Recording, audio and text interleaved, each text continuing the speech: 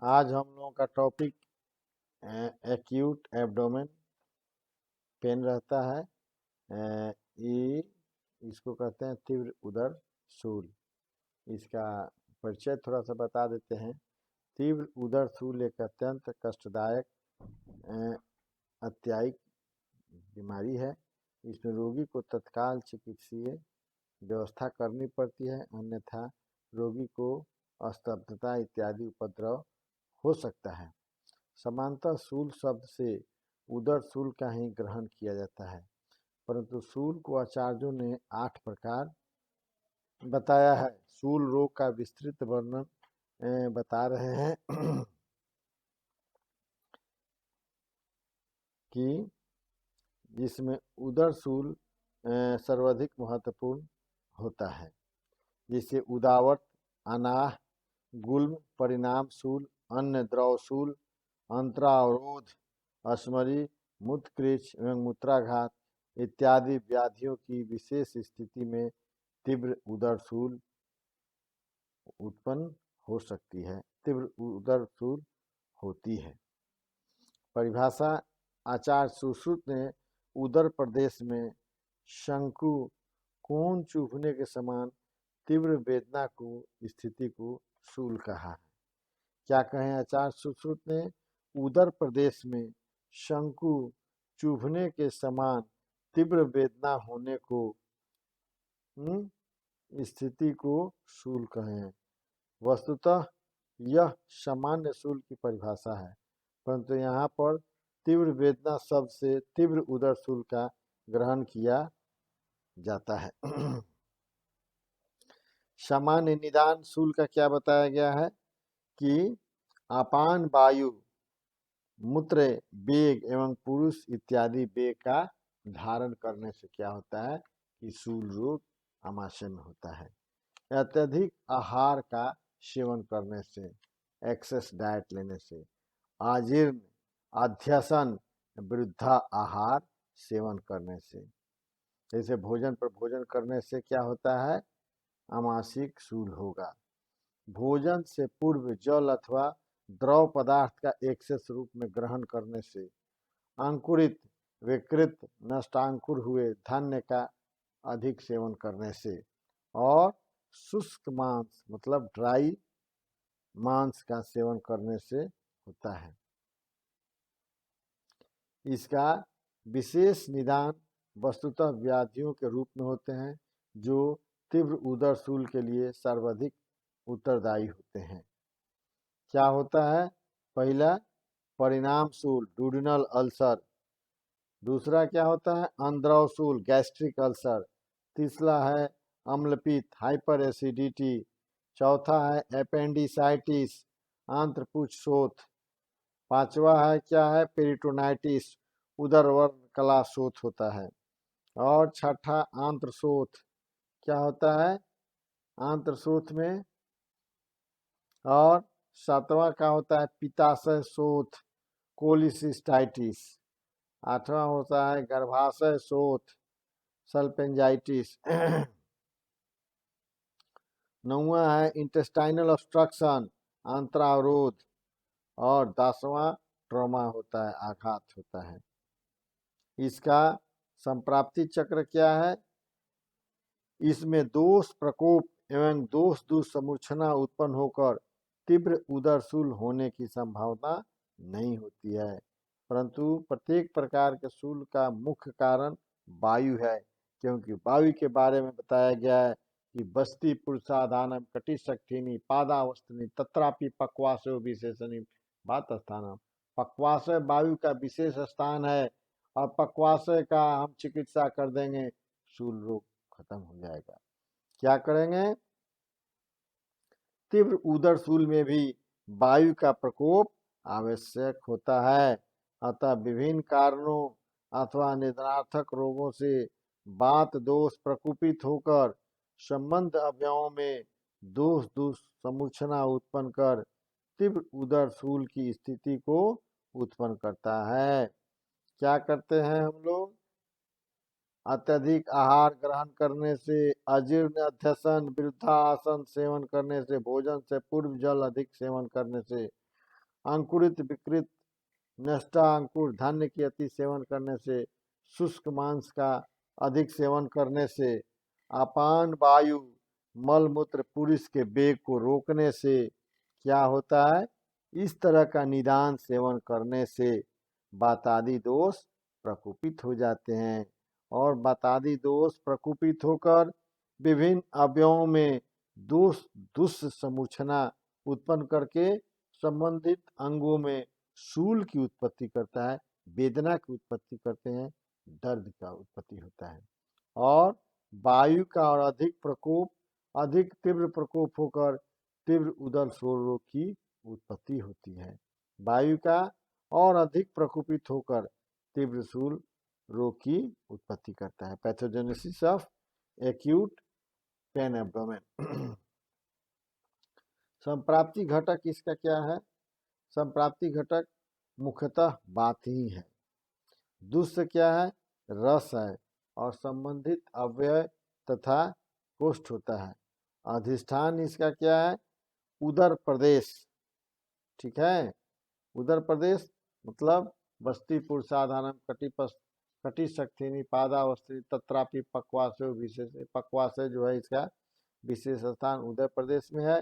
स्रोतस क्या है? महास्रोतस, एलिमेंट्री ट्रैक्ट इसका है। और स्रोत दूसरी प्रकार क्या है? बीमार गमन और संग। व्याधि स्वभाव क्या है? दारुण है। साध्य साध्यता कृत साध्य होता है। प्रमुख लक्षण रोगी को क्या होता है? इसमें बेचैनी रोगी को होता है, रेस्टलेसनेस रोगी रहता है, घबराहट रहता है, नर्वसनेस रोगी रहता है और पर्सिपिरेशन, रोगी को शरीर से अधिक पसीना होगा। बटाइगो, चक्कर आएगा रोगी को। श्वास गति में तीव्रता, रैपिड एंड स्लो रेस्पिरेशन। नाड़ी गति में क्या होता है? बढ़ जाता है। पल्स रेट रोगी का 70 से लेकर के 80, 84, 82 रहना चाहिए तो हो जाएगा 100, 104, 105% बढ़ जाएगा। और इसका डिफरेंशियल डायग्नोसिस हम लोग क्या करते हैं? परिणाम शूल, अंद्रव शूल, अम्लपित्त, हाइपर एसिडिटी और गुल्म रोग से हम लोग क्या करते हैं कि इसका सापेक्ष निदान हम लोग कर सकते हैं। साध्य साध्यता के बारे में बताया गया है कि तीव्र उदर शूल की स्थिति में तत्काल चिकित्सा की आवश्यकता होती है। शीघ्र इसका चिकित्सा कर कृत साध्य होता है।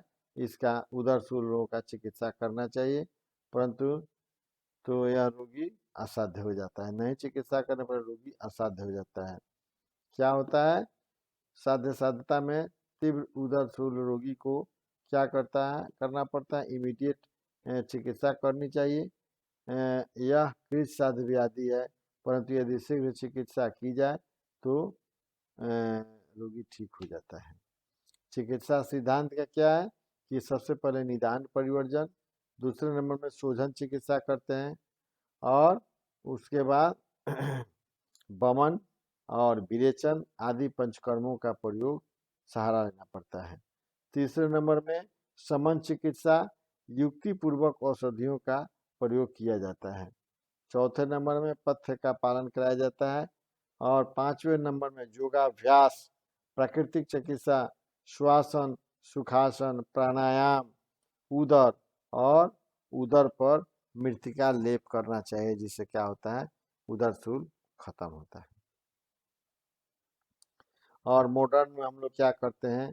मॉडर्न में हम लोग डोटाविरोन, कोलीमैक्स वगैरह, स्पासमोल टैबलेट वगैरह या जो भी पेन किलर का ड्रग है, और हम लोग Ringer lactate, dextrose, DNS, saline set वगैरह हम लोग यूज करते हैं। और एंटीबायोटिक में हम लोग cefotaxime, sodium, ceftriaxone, amikacin sulphate, antacid, Gasex जो होता है उसका हम लोग चिकित्सा व्यवस्था हम लोग करते हैं। तो सबसे पहले चिकित्सा व्यवस्था में आया है कि निदान का पहले परिवर्जन करना चाहिए। दूसरे नंबर में शोधन चिकित्सा करते हैं। विभिन्न वातनाशक तेल जैसे महानलायन तेल, दशमूल तेल को हल्का उष्ण कर उदर पर अभ्यंग पोटली से हम लोग सेकते हैं। कपड़ा में हम लोग क्या करते हैं कि महानलायन तेल को लगा करके और उसके बाद हम लोग उसको सेक करके रोगी के आमाशय पर रखते हैं, जिससे क्या होता है पोटली से स्वेदन करते हैं, इससे दर्द आराम होता है। रुक्ष स्वेदन करना चाहिए। आमज व्याधियों से उत्पन्न तीव्र उदरशूल में क्या करना चाहिए कि रुक्ष स्वेद करना चाहिए। बोतल में उष्णोदक भरकर उदर प्रदेश पर स्वेदन करें। और चौथे नंबर में बरम विरेचन एवं बस्ती कर्म जरूरी है। रोग की के बल व्याधि इत्यादि का परीक्षण कर आवश्यकता अनुसार मृदु मध्य तथा तीक्ष्ण शोधन कराना चाहिए। और समन चिकित्सा में लाक्षणिक चिकित्सा दोषानुसार करते हैं। आम दोष के लिए आम पाचक एवं कुष्ठ शोधक औषधि प्रयोग करना चाहिए। एरंड तेल का प्रयोग करना चाहिए। उसके बाद दीपन, पाचन, लंघन, अनुलोमन आदि द्रव्यों का प्रयोग करना चाहिए। शूल सामक अनुपान द्रव्यों का प्रयोग करना चाहिए।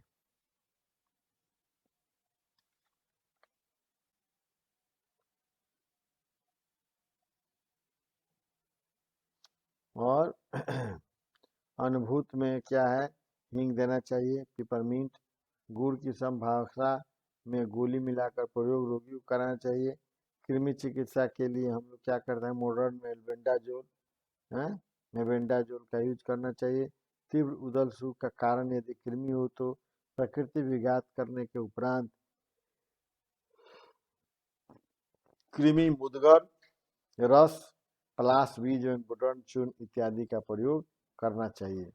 स्थानीय लेप में देवदारू, बचा, सौंफ एवं हींगू को पीसकर कल्क बनाकर उदर प्रदेश पर रखना चाहिए। जौ का आटा एवं क्षार को लेकर तक्र में पीसकर उदर पर लेप करना चाहिए।